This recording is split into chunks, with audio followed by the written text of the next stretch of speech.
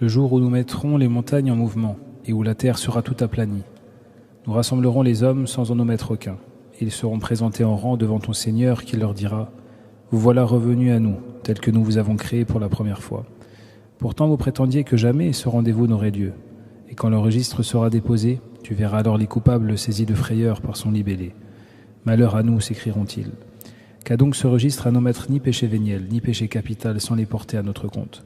Et c'est ainsi qu'ils se retrouveront en présence de toutes leurs œuvres, car ton Seigneur ne fait jamais de tort à personne. » Le Très-Haut parle ici de l'avènement du jour de la résurrection et de ce qu'il contient comme affre, affliction et perplexité en disant « le jour où nous mettrons les montagnes en mouvement », c'est-à-dire qu'il les déplace de leurs emplacements, les transforme en dunes puis en flocons de laine cardée avant qu'elles ne disparaissent et se dissipent.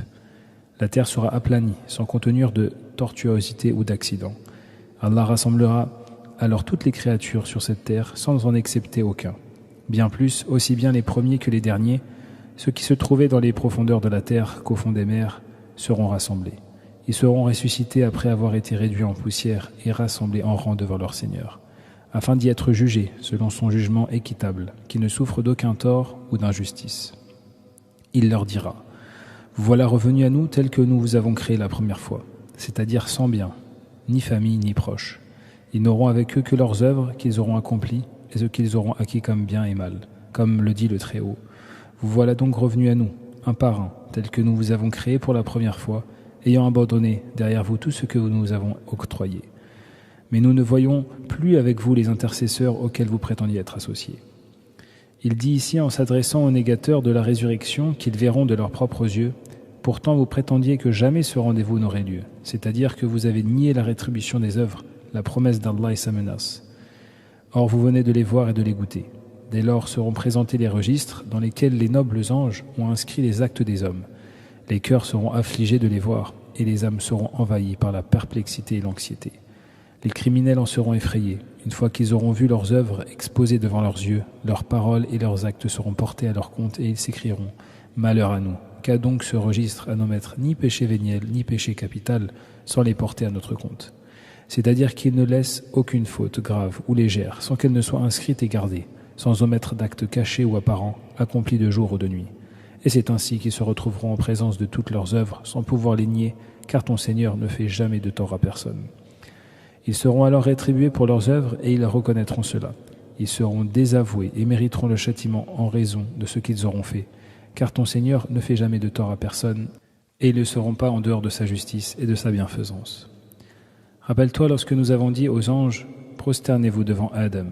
Ils se sont tous prosternés à l'exception de Shaitan, qui était du nombre des djinns et qui refusa d'obéir à l'ordre de son Seigneur. Allez-vous le prendre ainsi que sa descendance pour mettre en dehors de moi, alors qu'ils sont vos ennemis mortels? Quel détestable échange pour les injustes. Le Très-Haut parle de l'animosité de Shaitan pour Adam et sa descendance. Car lorsqu'Allah ordonna aux anges de se prosterner devant Adam par respect et anoblissement et soumission à l'ordre d'Allah, ils se prosternèrent tous, à l'exception de Shaitan, qui était du nombre des djinns et qui refusa d'obéir à l'ordre de son Seigneur. Il lui dit « Vais-je me prosterner devant un être que tu as créé à partir de l'argile ?» Il lui dit dans un autre verset « Je suis meilleur que lui ». Il montra ainsi son animosité envers Allah, envers votre père et envers vous. Comment pouvez-vous le prendre ainsi que sa descendance faite de démons pour mettre en dehors de moi alors qu'ils sont vos ennemis mortels? Quel détestable échange pour les injustes. C'est-à-dire quel mauvais choix ils ont fait pour eux-mêmes en optant pour la recherche de la protection de Shaitan, qui n'ordonne que les turpitudes et les choses blâmables, au lieu de la protection du miséricordieux, dont tout le bonheur, tout le salut et toute la félicité se trouvant dans sa protection. Il y a dans ce verset une incitation à considérer Shaitan comme un ennemi en citant la cause impliquant cela, et en disant que seuls les injustes peuvent faire cela. Quelle injustice est pire en effet que de prendre son vrai ennemi pour un protecteur en laissant le vrai protecteur digne de louange? Le Très-Haut dit « Allah est le protecteur de ceux qui croient. Il les fait sortir des ténèbres vers la lumière, alors que les mécréants ont pour protecteurs les démons, qui les font sortir de la lumière vers les ténèbres.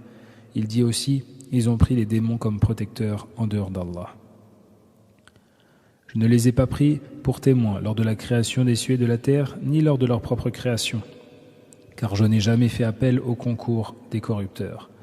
Un jour, Allah dira aux infidèles « Appelez à votre secours ceux que vous prétendiez être mes associés, et ils les invoqueront, mais ils ne recevront d'eux aucune réponse, car entre les uns et les autres, nous aurons ouvert un abîme. Le Très-Haut dit : Je n'ai pas pris comme témoins les démons et ces égarés lors de la création des cieux et de la terre, ni lors de leur propre création. C'est-à-dire que je ne les ai pas fait assister à cette création, ni je ne leur ai demandé leur avis. Comment dès lors peuvent-ils avoir une part dans cette création ? Bien au contraire, le seul créateur qui dispose des choses, qui possède la sagesse et détermine les choses, est Allah, le créateur de toutes choses, qui dispose d'elles avec sa sagesse. Comment peut-on lui attribuer des associés parmi les démons en les adorant et en recherchant leur protection, tout comme on adore Allah, alors qu'ils n'ont rien créé et n'ont même pas assisté à la création ou aidé Allah dans cette création à plus forte raison. C'est pour cela qu'il dit « Car je n'ai jamais fait appel au concours des corrupteurs », c'est-à-dire pour l'assister dans n'importe quelle chose, car il ne s'y est pas, et il ne convient pas à Allah de leur donner une part du pouvoir de disposition, car ils œuvrent pour séduire et égarer les hommes et pour manifester de l'animosité à leur Seigneur. Il est tout naturel qu'il les en ait exclus et ne les rapproche pas de lui.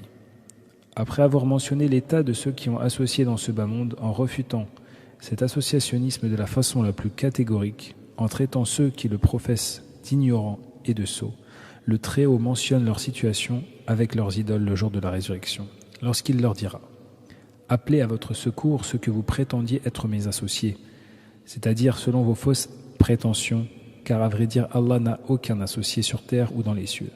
Si tel est le cas comme vous le prétendez, appelez-les pour vous secourir ou vous sauver des affres de ce jour.